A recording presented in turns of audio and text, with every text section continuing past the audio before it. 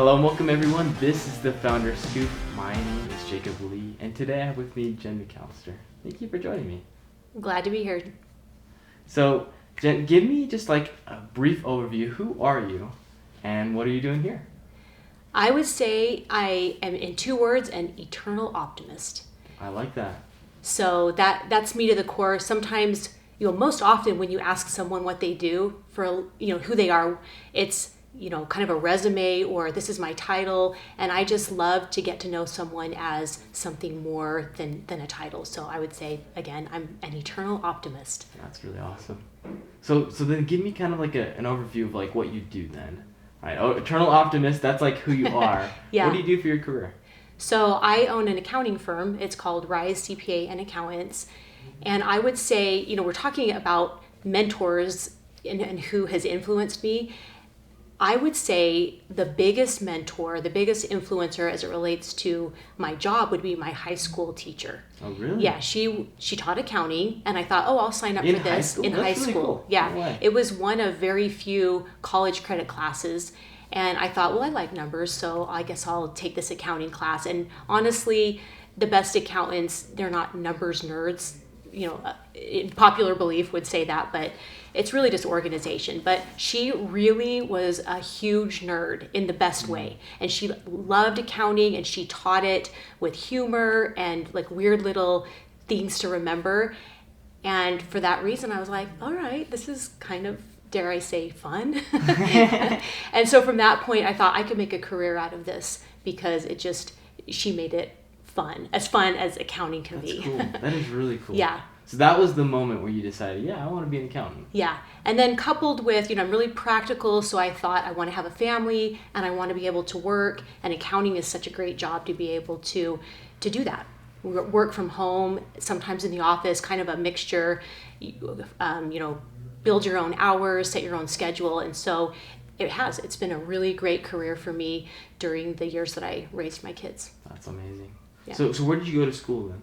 So I went to UVU, and coming out of high school, you don't want to think about going to another 4 years of college. And so I kind of I played mind games with myself, and I thought, I can do another year.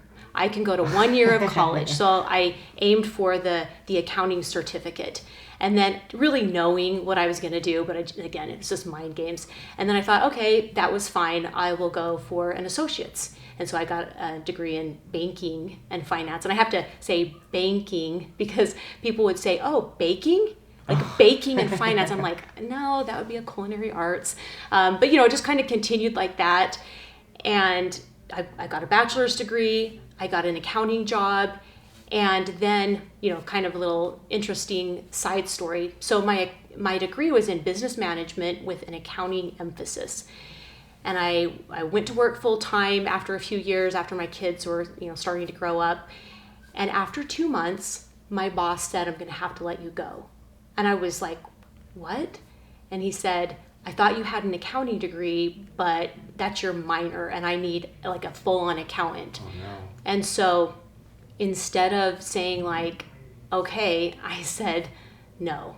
How did he react to that? Yeah, he said, you can have the rest of the day, you can go home, we'll pay you for the rest of the day. And I sat there in my office for a minute, and I came up with a plan. And I, within, 10 minutes, I went back into his office and I said, what if you reduce my salary to what you think my skill set is? Let me go back to school, get my accounting degree as my major, and then we'll talk again and bring my salary back to where you hired me at. And he was like, okay. So salary reduced, went back to school, got the bachelor's, and it took maybe 1.5 years, 2 years. And so okay, I was like, wow. No, not another 4 years. No. That's cool. Because I was able to use a lot of the same classes. That's good, yeah. And then, I was kind of in this rhythm of school, so I thought, well, what the heck? Let's become a CPA.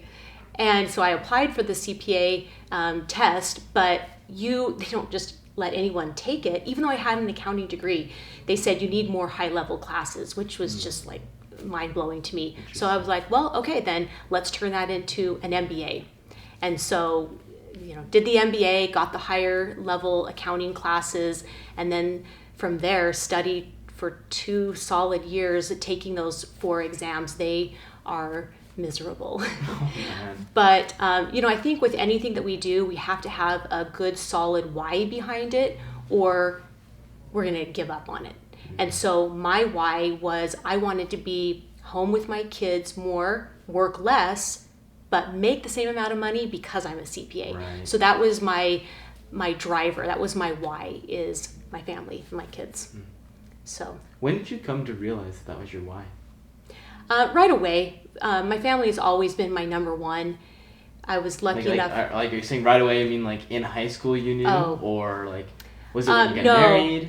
No, it was after a little while. Maybe my first child was born, and I thought, I need to make the same amount of income. How am I going to do that? Really, just figuring it out. And that term is something that you'll hear from me in those words, or just in the things that I say. But I believe in life, just figure it out. And as we continue to talk, you'll understand that as I talk about when I started my own business. But yeah, I wanted to be home. I needed the money. And so I just thought, well, how am I going to do this? Charge more for my services, become a CPA. Yeah, that makes total sense. Yeah. So how long did you work with that first company? So I ended up working for 7 years. 7 years. Yeah, I almost got fired after 2 months and worked for 7 years. That's awesome. That's huge. Yeah. Holy cow. Yeah. And then I'm really impressed by like that creative mindset where it's like, yeah, we're going to let you go. And you say, no, no, we're not going to do that. No, we're not. Why don't we try something else? Yeah, here's a new idea. Yeah, like people don't realize that when someone says no, it's not the final answer. You still have that option to say, well, yes. So, and from there, I worked for a corporation. So I got my CPA, and then it was time to move on from that company because I wanted to utilize my CPA. So I started with another company. Yeah, because did you ever feel like you got capped? Like Yeah, you were like, I did. I'm overqualified for this now. Yeah, absolutely. And so it was time to spread my wings and fly, and join this company. They were out of Florida. They eventually came to Salt Lake as well, had 2 locations. And I worked for them for 5 years, and it was such a great learning experience. It started as me and the CFO, and then I grew the accounting team to 18. 18 people? Yeah. Wow, that's a And big team. I was responsible for maybe 14 or 15 of the hires. And it was so rewarding to pick and choose, nurture and develop. Like that was my jam, Yeah. to grow an accounting family. And at one point on August 25th, 2022, who's counting, who's keeping track, I got a request for a meeting, which was super normal. And they said in that meeting, this is your last day. And I was Second time. entirely blindsided, right? Yeah. Second time. And so, and this time it wasn't, no, you're not going to let me go. It was reality. And so that was a Thursday. So why did they want to let you go? Was They- it the yeah. same reason we were No, totally, absolutely unrelated to my skill set. They were trying to go public, and they were purchasing a lot of companies, and the cash flow was struggling. Yeah. I just didn't think it would be me, because I was the one Yeah, that, that's really interesting. and there were some other things going on there that were so I went to a lawyer and I said, do I have a wrongful termination cause? And they said, yes, you do. They're hard to win. And this is all the same day, like a Thursday. And so I made this quick decision that I'm not going to go the legal route. I'm going to start my own company. I'm going to be able to take charge of what a company and the culture and the whole feel would be. And so that night I went to bed, of course, tossing and turning.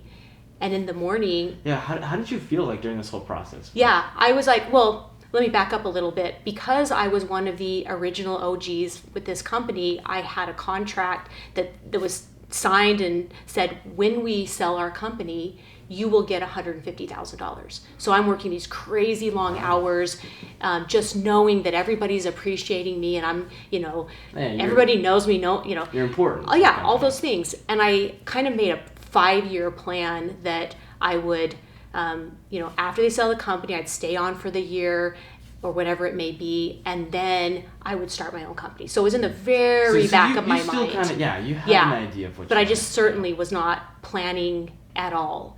And so, so I woke up the next morning. Obviously, I didn't have the 150 anymore. It's so interesting how corporate America can just pull something right out underneath you. So how did they do that? Like, you said I don't they had know. a contract? Yeah, but I guess in the fine writing it would be, you must have had being an termination employee clause. when we sell the company. Yeah.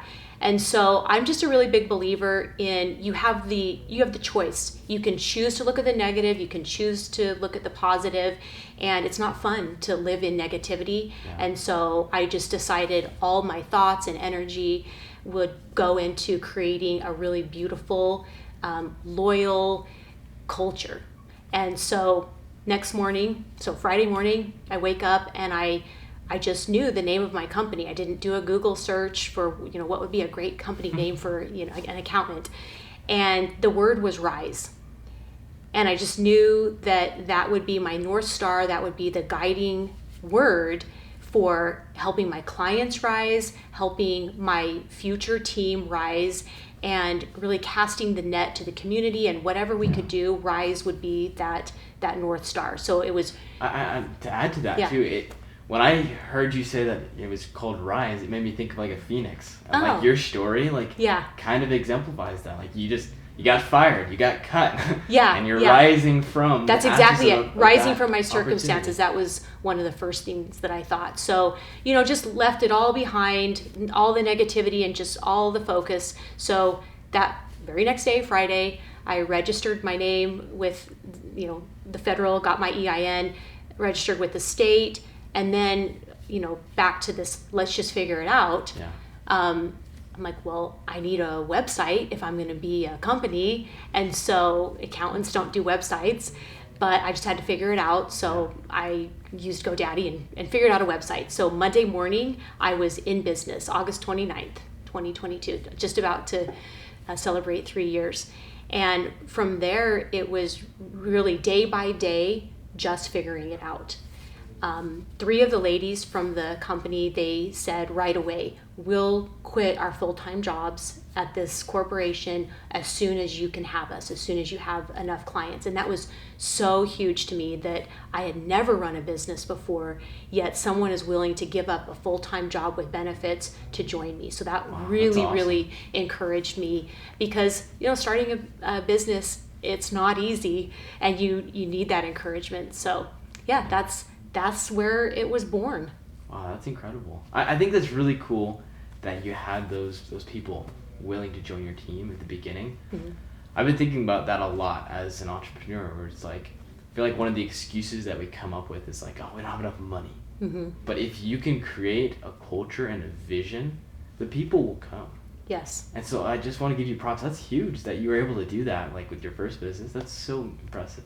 Thanks. And as a business owner, and any business owners out there listening, it's definitely not a trajectory that's straight, but there's the highs and the lows. And I think that even when you run into failures, which can be termed so many other things, learning opportunities, and I do believe that that is, you don't have to look at it like that was the dumbest decision ever. And I've made some, obviously, but you look at those and you go, all right, I learned something from that. I'm not going to do that. But it doesn't mean that you're failing as a business owner. It just means you learned something. Yeah. Who else has helped you as you started your own company? I've thought about that. And oddly enough, I cannot say that there was one person who I really looked up to and wanted to be like. Having said that, I still, it's important to pull from lots of different people, the different kind of qualities that they have, but I really leaned to books. I really started reading business, self-help, and different recommended books, and those really helped a lot. And not having a mentor, not having a picture of what a perfect CPA and accounting firm would look like, that actually, looking back, has been a great blessing, because as I talk to potential clients and I am able to see other accounting firms, and they're great for what they do, but I'm able to see a very distinct difference in what I have to offer because I wasn't trying to be like anyone else. And again, that's looking back. I'm like, okay, I'm glad that I just kind of made it up Yeah. how I wanted it to be. That's really interesting. Like, how do you differentiate yourself as an accounting firm? Yeah. So it's funny, let's talk about ChatGPT for a minute. Someone suggested, ask, and I love ChatGPT, but someone suggested, put in this question like, tell me about myself. And I'm like, oh, that's kind of creepy and kind of cool. And so I said, something like, tell me about myself, and especially as it relates to my business, like what could I be doing better? Or I don't remember the exact question, but I do remember part of the answer was that you offer too much. You offer to do too much for your clients. And at first I thought, oh, that's bad. But then that's my differentiator. So, a lot of people will come in and like, okay, we're going to do X, Y, Z. And when I say a lot of people, I mean in the accounting, tax, finance world. We're going to come in and we're going to do this, and this is our lane, and we're going to stay there. And that's great, and that's fine. But with me and my team, we love to be involved in the outliers, and we want to really get involved with our clients and look outside the lines. And that's where it becomes you're doing too much for your clients. But that's what makes us different is we genuinely care, and we notice things and bring them to our clients' attention. That's awesome. So, okay, you mentioned that business books really helped you. What are your top books that you really like? Oh, usually it's the ones that I just got done reading that are top of mind. But I really, really loved, and Corbin suggested this one, Essentialism. Loved it. Sounds a great book. Yeah. I also think about The Gap and the Gain. I really enjoyed that one. I think we had some mentors give a training not too long ago where they talked about that concept. Yeah. Do you want to just give me an overview? Yeah. Really, it's about, you're moving along, and you can look at something as a gap or a gain. So an example might be, if I was examining my life today, if I am using the gap mentality, which is not the right one to use, I would say, oh, I'm still so far away from the goals that I have. Look at so-and-so, they have this, they're doing so much better than me. That would be the gap mentality. But if you're looking at the gain mentality, then I'm looking back and I'm saying, that is so incredible. Like, I have done such a great job, and you just give yourself credit for those gains. Because if you're always looking in the gap mentality, you're never going to be enough. Yeah, that's so true. So give yourself credit. I got to read that book now. I keep hearing it from a lot of people. Yeah, it's really good. Okay, what other books? Oh, I probably started out with Atomic Habits. That was a really good one. And then I just lost the name of the book that I'm reading right now, but it's about giver's gain, essentially, like why givers are more successful than takers. That's really cool. In a nutshell. Yeah. Yeah. All right. Well, we'll have to tag that in the bio of this episode once you remember. Yeah. What do you feel like it's been like your biggest mistakes that you've been able to sidestep because of the things you've learned in these books? Wow, what a great question. I would say that I'm getting better and better at picking the clients that match with our energy and our culture and our values. I used to think that I could just help anybody. But then, so an example would be I had a client and we went way over and beyond our scope of work, and we were helping his employees doing things that really loosely tied to accounting. But again, we just really like to look at the whole big picture.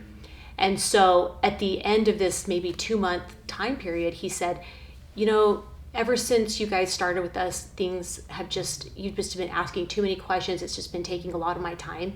And it was this sudden realization that a client can't want something. Okay, let me restate that I can't want something for the client more than the client does. So I wanted this client to have great financial statements that he could read and use, and systems in his company that were smooth and made sense, prevent fraud, all kinds of good things. But he didn't value that. And I just assumed that why wouldn't everybody value that? And so now I do a better job at really making sure that the potential client really wants to utilize their financial statements because they're a story. And business owners need to be able to read the story, not once a year, but every month. Yeah. And so as long as they're good communicators and they want the things that I want for them, then it's a good match. But that was a hard lesson to learn because we lost a couple of clients because our values just didn't align. So what do you do now to make sure you find the right clients? Because that's a really good lesson. That's something I've noticed too, is like as a business owner, you have the privilege of choosing who you work with. Yeah, it's a nice place to be. Yeah. Yeah, because you can interview someone, whether it's a potential client or you're hiring someone for a job, and an interview is just an interview, and people can say the right things, and you know, but what is so great from my perspective is usually I've got clients, well, I say usually, I'm going to say always. I always get clients that need at least some level of cleanup, tidying up of their financial statements. So what I get to do is engage in for a month, and I'll just say, let's get your financials cleaned up. And then after that month, then I really have gotten to know the client better, and they've gotten to know me. Then we can say, are we interested in moving forward on a month-to-month contract? Because then it's just an exact dollar amount from month to month. And then, but at the end of that, if I'm like, they were so terrible at communicating, they didn't get me what we needed, whatever, then I can just say, the outlined scope of work is done. It's nice to meet you. Here you go. And good luck finding someone else. And you're really professional, right? Yeah. But it's just like, I do my job. I didn't fall short, but then I get a say, but I don't want to continue this relationship. I don't want to keep dating you. How do you do that politely? I don't know. It's only been a couple of times that I have had to do that. I mean, have you ever had any problems where people wanted to work with you, but you didn't want to work with them? I think they understand, because what I'll do, instead of just cutting them off cold, I'll connect them or kind of help them with a vision on, okay, this is what you should do after I leave. So it's not just a cold, hard goodbye. Well, and with that one exception, if I'm telling the truth, with that one company, and he said that, I just politely said, okay, we're done. It was just, and that's literally it. It just ended. There was no rude words either direction, because no matter what, you can always be professional. Yeah, that makes a lot of sense. Well, okay, earlier you mentioned that you also started a podcast, and I feel like that connects a lot with your purpose as an optimist. Tell me more about that. What was your experience like starting your podcast? Yeah, so this is early in my new business, and I'd reach out to different people, what should I do? How can I grow my business? And one gentleman said, you should start a podcast. And I just kind of laughed, like, I'm an accountant. I don't like to be in front of a camera. There's no way. And he said, well, just read this book and then let's talk again. And I thought, well, I can't ask someone for advice. Expert Secrets. Oh yeah, that's a good one. I really love that book. Yeah. And it's funny because you can read a book, and depending on why you're reading it, you can pull from it something totally different. True. Yeah. But what I pulled from it was, the talk about podcast and what to expect. And so after reading that, I thought, okay, if I'm not doing a podcast because I'm trying to get X amount of followers, like, okay, so why am I doing it? So I sat with that, and I thought, no one's going to listen to a podcast about accounting. That's just boring. And then I thought, well, I do know a lot about money. I'm really good with money and planning. And I thought I could do that, but I just wasn't really excited about it. And then I thought, if I'm going to spend all this time and energy, it's got to be something that I genuinely, deeply feel passionate about. And so ended up being nothing about accounting in any way. And what I realized is that at a young age, if I wanted something, I would just recognize that, get really clear with it, and then say, okay, let's just figure it out. I mean, I wouldn't say those words. It's just kind of just that attitude. And I thought I would love to talk to guests about the struggles that they've had in life and how they just figured it out. And so that's where the podcast was born. And it was literally called Just Figure It Out. That's a good name for a And podcast. thanks. It was January 1st to December 31st of 2024. So I started, many times wanted to give up, but I'm definitely one of those that if I say I'm going to do something, I'm going to do it. Yeah. And so the intention was all year long, And I did about 260 episodes. Holy cow. Yeah. That's insane. Like Monday through Friday. That's so cool. Yeah. But it was a lot of fun, a lot of work for sure. But just to hear so many different people's inspiring stories about how they just figured it out in whatever circumstance it is, because it is a muscle in your mind. And if you believe that you can figure something out, then your brain will open up to allow that to happen. Yeah. Did running that podcast help grow your business at all too? It didn't. No?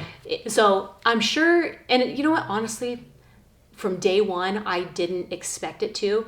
I would say the name of my business at the beginning of the podcast or the end, I don't remember which, but really it just helped me grow as a person, which in turn helps me to be a better business owner. So indirectly, yes, directly, no. Yeah. But it was just what I thought it would be, and it was a great experience. So how did you change as a person through podcasting? I just meeting a lot of different people, it really opened up my eyes to inspirational people, and sometimes people from the outside didn't necessarily seem inspirational. For example, one of my guests happened to be my daughter, and my college daughter. And from the outside, no one would say like, "Oh, you're so inspirational, like let's chat." But really, most people have some inspiration that they just either haven't realized or they don't know how to put it into words. But what we talked about, I'll just tell you like one example. I won't go over the whole podcast, but when she was in high school, how are you going to pay for college? And so kind of knowing what you want, again, like you know what you want, and then you have to figure it out. Well, she wanted at least some of college to be paid for. And so well, how are you going to figure that out? Get the good grades. How are you going to figure out how to get good grades? Like it's just kind of like moving backwards and like setting up that path, as well as, well, you need to be a leader to get the scholarship. So what kind of leadership positions can you work yourself into over the course of high school? So that was just kind of the beginnings. We talked about a couple of different examples, but yeah, it's everyday people and exceptional, everybody knows them people, but everybody has that capacity to just figure it out. I love that theme. That's just like, that resonates really deeply with me. Oh, it's cool. You mentioned really that the podcast helped you a lot because it helped you grow as an individual. How has like growing your business helped you grow as an individual? I feel like everything circles back to just figuring it out, but growing the business is probably on a larger scale. So I would say, just an example that comes to mind, I've set a goal for revenue this year. And I want to play it small, but I know that I can't play it small because that's just part of growing. It's got to be uncomfortable. The goals have to be uncomfortable. And so as I'm moving along month to month, and I realize that I'm not going to be perfectly aligned with my goals. And so, in the middle of the year, I'll say, which is right now more or less, like, I'm not where I want to be. So what can I do differently? How can I just figure it out? What do I need to do to get more revenue? So it's not a matter of, oh shoot, I didn't meet that goal, but instead it's like, okay, what other avenues, what other direction, how much harder can I work in this or that area? So that's really helped me just stick with the goals and continue to just figure it out. That's amazing. What do you feel like has been the biggest lesson that you've learned as you've grown your business? People are the most important. And I continue to learn that over and over. And I don't have to, it's easy to remember that that's why I started my business. Accounting, it's just a shell. The company, we do the things, we do the accounting things, but it's really the relationships inside the company with our team, as well as the relationships with the clients, that's why we do it. So I feel like anyone can have any business as long as what you're doing inside of the business makes a positive impact. I love that a lot. What would you say is like your biggest piece of advice you'd have for people that want to start their own businesses? Ooh, that's so tough. Really just be clear on why you want to do it. know that it's really deeply what you want to do, rather than with any goal, whether it's a business or any goal. It's not enough to just say, this is what I want to do. But then you have to say, well, why do I really want to do this? And then you might think like, oh, okay, so I answered that next level. But then when you answer that, then you even have to dig even deeper. Like, well, why do I want that? And then when sometimes it's surprising why you want the things that you do. And then when you're really clear on that, then when things are going rough, then your why is so deep that you can keep going. I feel like that is super key. Absolutely. Well, Jen, where can people go to learn more about you and your business? So I'm on social media, Instagram, Facebook, LinkedIn. You can go to my website, which might be the easiest to remember, riseaccountingllc.com. Sweet. I love it. Well, thank you so much for joining me today. Yeah, absolutely. It was a pleasure.